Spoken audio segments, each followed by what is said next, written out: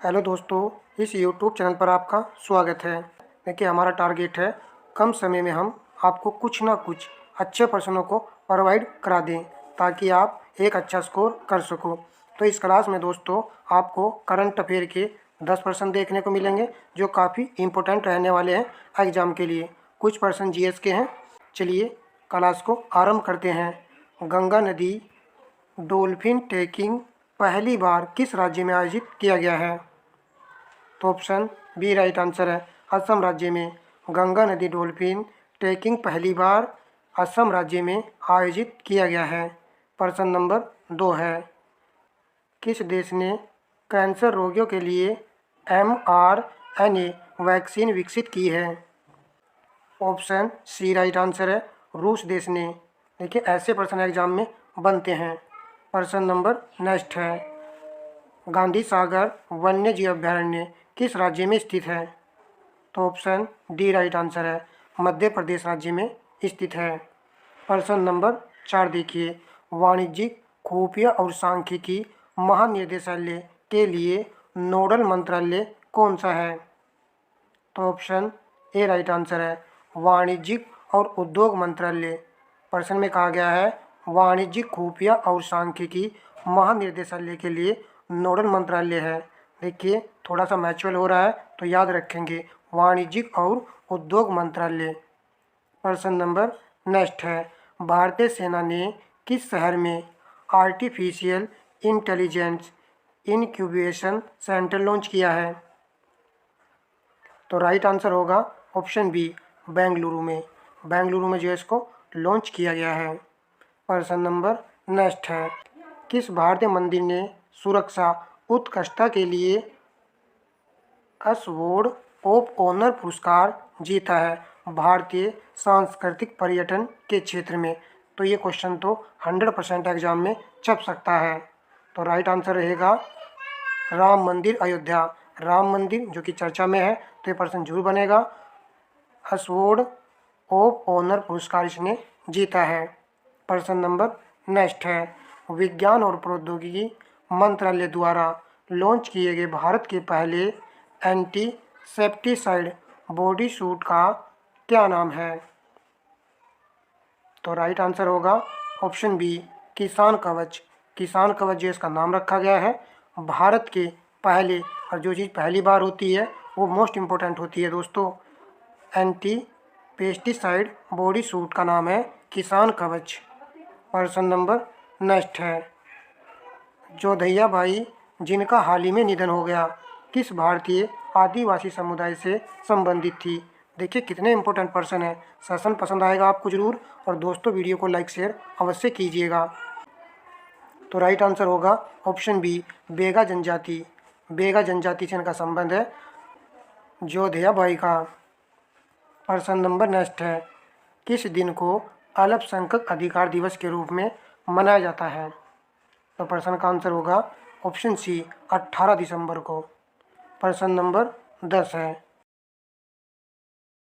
कौन सा देश दिसंबर 2024 में ISA फ्रेमवर्क समझौते पर हस्ताक्षर करके अंतर्राष्ट्रीय सौर गठबंधन में शामिल हो गया है? ये प्रश्न भी मोस्ट इम्पोर्टेंट है।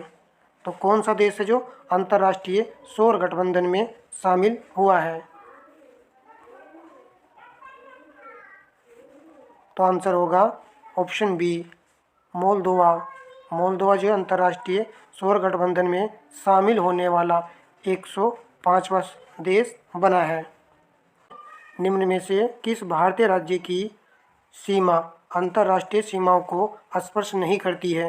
एक राज्य ऐसा है जिसकी सीमा अंतर्राष्ट्रीय सीमाओं को स्पर्श नहीं करती है। तो ऑप्शन बी राइट आंसर रहेगा, हरियाणा।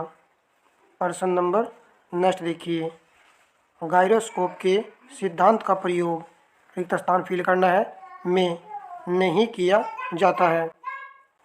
तो किस में जो है गायरोस्कोप के सिद्धांत का प्रयोग नहीं किया जाता है? ऑप्शन सी राइट आंसर रहेगा, इंकजेट प्रिंटर में इसका प्रयोग नहीं किया जाता है। प्रश्न नंबर नेक्स्ट है, प्रसिद्ध बृहदेश्वर मंदिर कहाँ स्थित है? तो किस राज्य में ये वाला मंदिर स्थित है? तो ऑप्शन बी राइट आंसर है। तमिलनाडु राज्य में बृहदेश्वर मंदिर स्थित है। चोल शासकों ने इस मंदिर का निर्माण करवाया था और दोस्तों ये भगवान शिव को समर्पित मंदिर है। प्रश्न नंबर देखेंगे नेक्स्ट।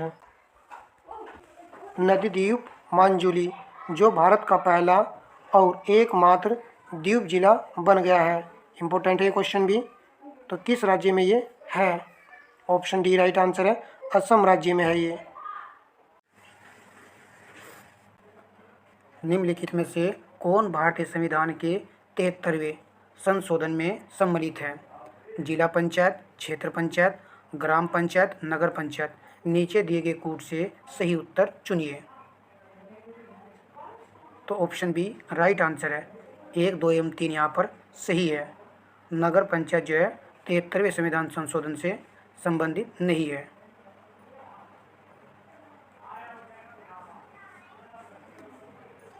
निम्नलिखित कथनों पर विचार कीजिए तथा नीचे दिए गए कूट से सही उत्तर चुनिए। तो कूट के माध्यम से सही उत्तर का चयन करना है। भारत में कर्नाटक कच्चे रेशम का सबसे बड़ा उत्पादक है। भारत में आंध्र प्रदेश शहतूत रेशम का सबसे बड़ा उत्पादक है। भारत में झारखंड टसर रेशम का सबसे बड़ा उत्पादक है। भारत में मेघालय इरी रेशम का सबसे बड़ा उत्पादक है। तो सही का चयन करना है। ऑप्शन सी राइट आंसर है। 1 एवं 3 ये वाले कथन जो यहाँ पर सही लिखे हुए हैं। भारत में कच्चे रेशम का सबसे बड़ा उत्पादक राज्य कर्नाटक है और शहतूत रेशम का भी सबसे बड़ा उत्पादक राज्य कर्नाटक ही है। भारत में टसर रेशम का सबसे बड़ा उत्पादक राज्य जो कि झारखंड है। बिल्कुल सही था ये। भारत में मेघालय इरी रेशम का सबसे बड़ा उत्पादक राज्य मेघालय नहीं है, यह आपका राज्य है असम। तो इस प्रकार यहाँ पर हमने चारों पॉइंटों को जान लिया है। सिंधु घाटी सभ्यता के संदर्भ में निम्नलिखित कथनों पर विचार कीजिए। उपयुक्त में से कौन सा कथन सही है?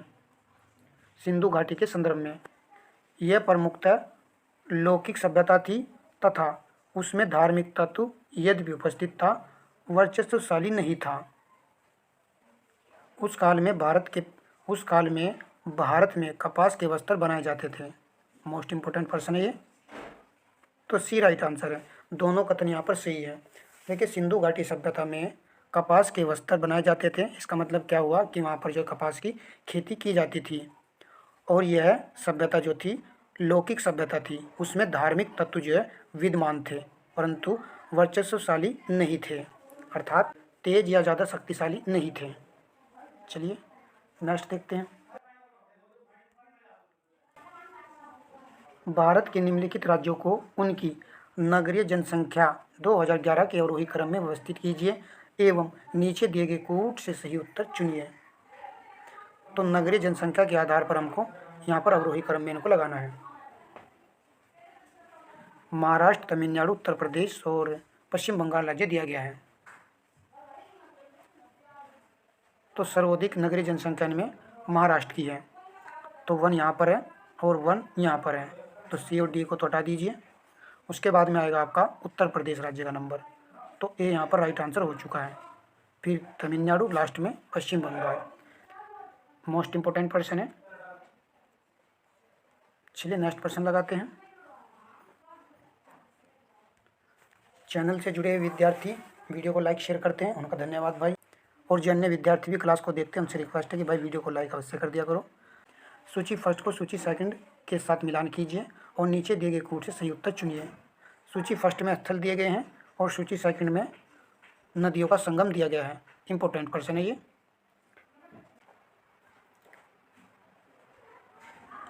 रुद्रप्रयाग अलकनंदा और मंदाकिनी के संगम पर स्थित है।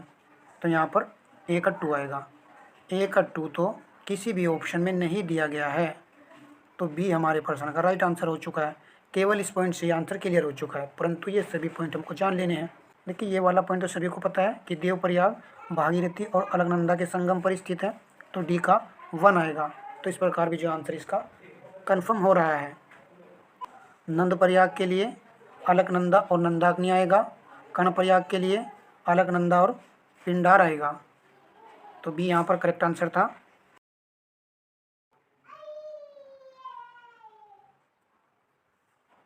सूची फर्स्ट को सूची सेकंड से सम्मिलित कीजिए तथा नीचे दिए गए कूट से सही उत्तर चुनिए।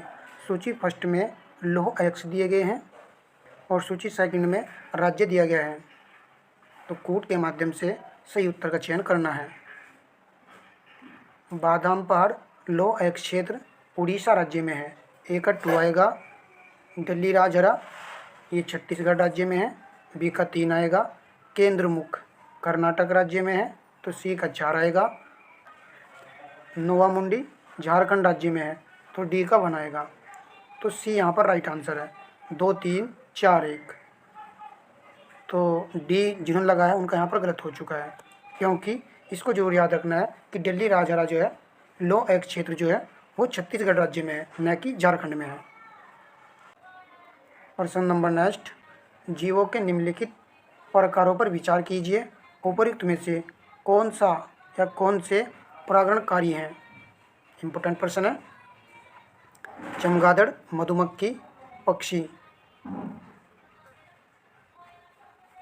तो डी चुनने वाले विद्यार्थियों का बिल्कुल सही आंसर है। प्रश्न नंबर नेक्स्ट, पूर्वी हिमालय की निम्नलिखित पहाड़ियों को उनके क्रम अनुसार पूर्व से पश्चिम की ओर व्यवस्थित कीजिए। नीचे दिए गए कूट का प्रयोग कर सही उत्तर चुनिए। पहाड़ियों का जो चुनाव करना है वो पूर्व से स्टार्ट करना है और पश्चिम की तरफ को हमको जाना है। पूर्व से पश्चिम की ओर इनको लगाना है। ये पूर्वी हिमालय की पहाड़ियाँ हैं सभी जो यहाँ पर दी गई हैं। खासी, गोरो, मिकिर, नागा पहाड़ी। तो गलत नहीं होना चाहिए।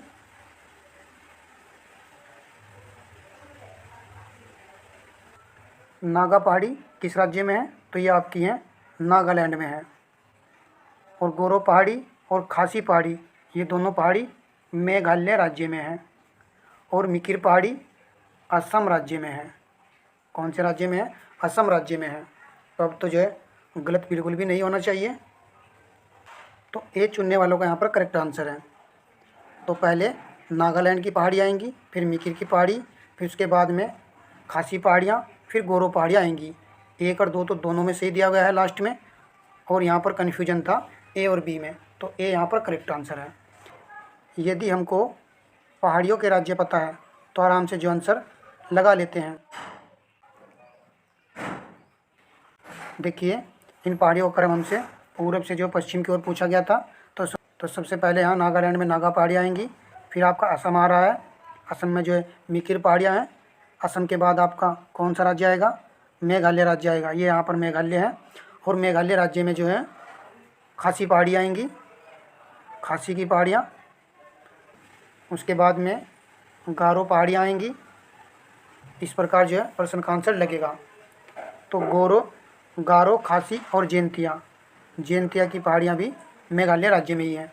यदि इन तीनों पहाड़ियों का क्रम देखें तो पश्चिम से पूर्व की ओर इस प्रकार चलती हैं, गारो, खासी और जैंतिया।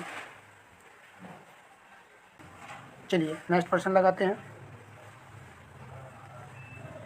निम्न पर विचार कीजिए। यह मानव शरीर की दूसरी सबसे बड़ी ग्रंथि है।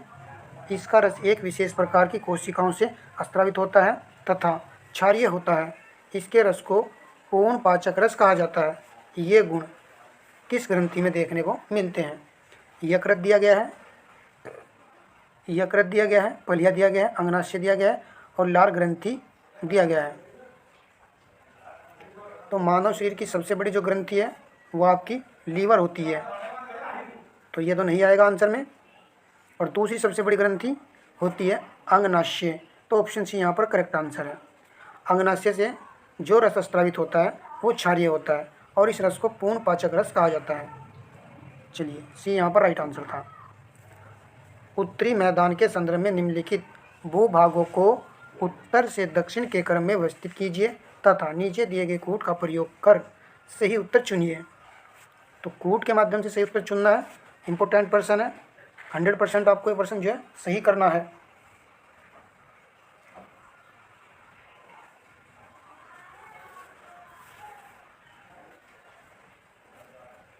तो आपने जो प्रश्न का आंसर सेलेक्ट कर लिया होगा, जिन विद्यार्थियों ने ऑप्शन बी चुना है उनका यहाँ पर करेक्ट आंसर हो चुका है। देखिए कुछ प्रश्नों का यदि आपको कंसेप्ट पता है तो आप आंसर लगा जाओगे। यदि हम खादर की बात करें, खादर जो है किस प्रकार की मिट्टी होती है, तो यह जो है नई जलोढ़ मृदा होती है, और बांगर जो है पुरानी जलोढ़ मृदा होती है। तो लास्ट में जो है खादर आएगा। तो 2 जो है केवल ऑप्शन बी में ही था, तो यहाँ से भी आंसर जो है लग सकता था। और खादर जो मिट्टी होती है ये नदियों के द्वारा बहा करके लाई जाती है, जिसमें जैविक तत्व जो है मौजूद होते हैं। तो ये सबसे अधिक उपजाऊ मिट्टी होती है जो खादर होती है। तो यहाँ पर बी राइट आंसर था। तो देखिए, भामर पहले आएगा, फिर तराई आएगा, फिर आपका बांगर आएगा, और लास्ट में आएगा खादर। प्रश्न नंबर 26, अल्बिडो के आधार पर निम्नलिखित को अवरोही क्रम में व्यवस्थित कीजिए। नीचे दिए गए कोड का प्रयोग कर सही उत्तर चुनिए। यदि कंटिन्यू वीडियो वॉच कर रहे होंगे तो हमने अल्बिडो संबंधित आपको प्रश्न करा था और अच्छे से वहाँ पर इसकी व्याख्या भी की थी। गलत नहीं करना है इस प्रश्न को। परीक्षा में प्रश्न जो है बन सकता है इस बार अल्बिडो से। तो हमने बताया था आपको समुद्री बर्फ़ का, यानी कि बर्फ़ का जो अल्बिडो सबसे ज़्यादा होता है। तो ए और सी को हटा दीजिए। उसके बाद में रेगिस्तान का आएगा, तो बी यहाँ पर करेक्ट आंसर है। फिर आपका आएगा घास का मैदान, लास्ट में आएगा मिश्रित खेती। तो बी यहाँ पर करेक्ट था। जो नए विद्यार्थी हैं, पहली बार क्लास को वॉच कर रहे हैं, वो ज़रा समझ लीजिए। इस प्रकार जो सूर्य का प्रकाश आता है, यह आपकी सतह यहाँ पर कुछ प्रकाश को यहाँ से परावर्तित कर दिया जाता है। इस घटना को ही अल्बिडो कहते हैं। अल्बिडो में जो है प्रकाश की कुछ मात्रा को अब्जॉर्ब कर लिया जाता है और कुछ मात्रा को जो है परावर्तित रिफ्लेक्टेड कर दिया जाता है। तो यहाँ पर जो है जैसे कि ये बर्फ़ है, बर्फ़ जो है प्रकाश को कम अब्जॉर्ब करेगा इस और रिफ्लेक्टेड ज़्यादा करेगा, ये परावर्तित ज़्यादा करेगा। तो जो परावर्तित ज़्यादा करता है उसका अल्बिडो अधिक होता है, और जो कम करता है उसका अल्बिडो कम होता है। तो आप समझ गए होंगे। चलिए प्रश्न नंबर नेक्स्ट देखिए। भारत का सुदूर पश्चिम का बिंदु है, तो ध्यान से प्रश्न को लगाना है। इस प्रकार मैप में आप देखते होंगे पूर्वी बिंदु, इस प्रकार भारत के मैप में होते हैं, 4 पॉइंट होते हैं ये। तो यहाँ पर प्रश्न का उत्तर ऑप्शन सी था। 68 डिग्री 7 मिनट पूर्व गुजरात में स्थित है। पश्चिम जिन विद्यार्थियों ने पश्चिम चुना था उनका यहाँ पर गलत हो चुका है, क्योंकि भारत का जो देशांतर होता है 82.5 डिग्री पूर्वी देशांतर है। और वर्ल्ड का यदि मैप देखेंगे तो भारत की स्थिति कहाँ पर है वो आप सभी जानते भी होंगे। देखिए, मैंने यहाँ पर इसका चित्र लिया है। आप देखते होंगे कि भारत का जो पूर्व बिंदु है किबुथु है, ये यहाँ पर देखिए। और फिर इधर जो पश्चिमी बिंदु है वो गुजरात में है। तो यहाँ पर देखिए ई लिखा हुआ है, और ये 68 डिग्री 7 मिनट है। और ये आपका सबसे उत्तरी बिंदु है इंदिरा कोल है, 37 डिग्री 6 मिनट नॉर्थ में है। और यहाँ पर भारत का दक्षिणतम बिंदु कौन सा है, इंदिरा पॉइंट है, जो कि 6 डिग्री 8 मिनट यहाँ पर देखिए उत्तर। तो इसको जरूर याद रखना है। और यहाँ पर ये सबसे दक्षिणी बिंदु है, क्योंकि हमारा भारत यहाँ तक है और दक्षिण में सबसे यही बिंदु है इंदिरा पॉइंट। तो चलिए नेक्स्ट प्रश्न देखते हैं। यदि मुख्य भूमि का बिंदु पूछा जाता है तो यहाँ पर जो है हमारा तमिलनाडु होता है, और यहाँ पर कन्याकुमारी आएगा। मुख्य भूमि के लिए जो बिंदु आता है वो कन्याकुमारी आता है। प्रश्न नंबर नेक्स्ट है। 19वीं सदी के महानतम पारसी समाज सुधारक का यहाँ पर नाम बताना है आपको। पारसी, एक क्वेश्चन में हमने बताया था, व्याख्या में बताया था आपको कि पारसी समाज सुधारक कौन थे। तो डी राइट है यहाँ पर, बहराम जी एम मालाबारी। तो ये एक पारसी समाज सुधारक थे। मोस्ट इम्पोर्टेंट ये पर्सन है, इसकी व्याख्या मैंने यहाँ पर मेंशन की है। 19वीं सदी के महानतम पारसी समाज सुधारक बहराम जी एम मालाबारी थे। इनका जन्म जो है बड़ोदरा पारसी परिवार में 1853 ईस्वी में हुआ था। इन्होंने बाल विवाह के खिलाफ तथा विधवा विवाह के समर्थन में एक परिपत्र का संपादन किया था। सम्मति आयु अधिनियम इन्हीं के प्रयासों से पारित हुआ था। और ये प्रश्न बना भी था कि सम्मति आयु अधिनियम इतना दिया गया था, सन हमको बताना था। तो सन याद कर लीजिए 1891 में। ठीक है, इसके कई पॉइंट दे करके प्रश्न पूछे जा सकते हैं, इम्पोर्टेंट रहेगा आगामी प्रतियोगिता परीक्षा के लिए। तो ज़रूर इसको याद रखें ऐसे प्रश्न बन सकता है कि पारसी समाज सुधारक का नाम दे देगा आपको और यहाँ पर कह देगा इन्होंने। दूसरा पॉइंट कह देगा कि बाल विवाह के खिलाफ और विधवा विवाह के समर्थन में एक परिपत्र का संपादन किया था, तो इसे करेक्ट हो जाएगा। और 1891 का सम्मति आयु अधिनियम इन्हीं के प्रयासों से पारित हुआ था। तो तीनों पॉइंट यहाँ पर इस प्रकार सही हो जाएंगे। प्रश्न नंबर नेक्स्ट, कौन सा कथन सही है? भारत की सीमा 7 देशों से मिलती है। भारत के 17 राज्यों की सीमा इन पड़ोसी देशों से मिलती है। तो सी राइट है। कथन 1 और 2 दोनों यहाँ पर सही है।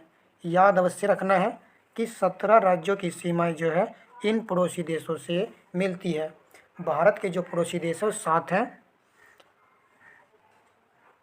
चलिए प्रश्न नंबर लगाते हैं नेक्स्ट।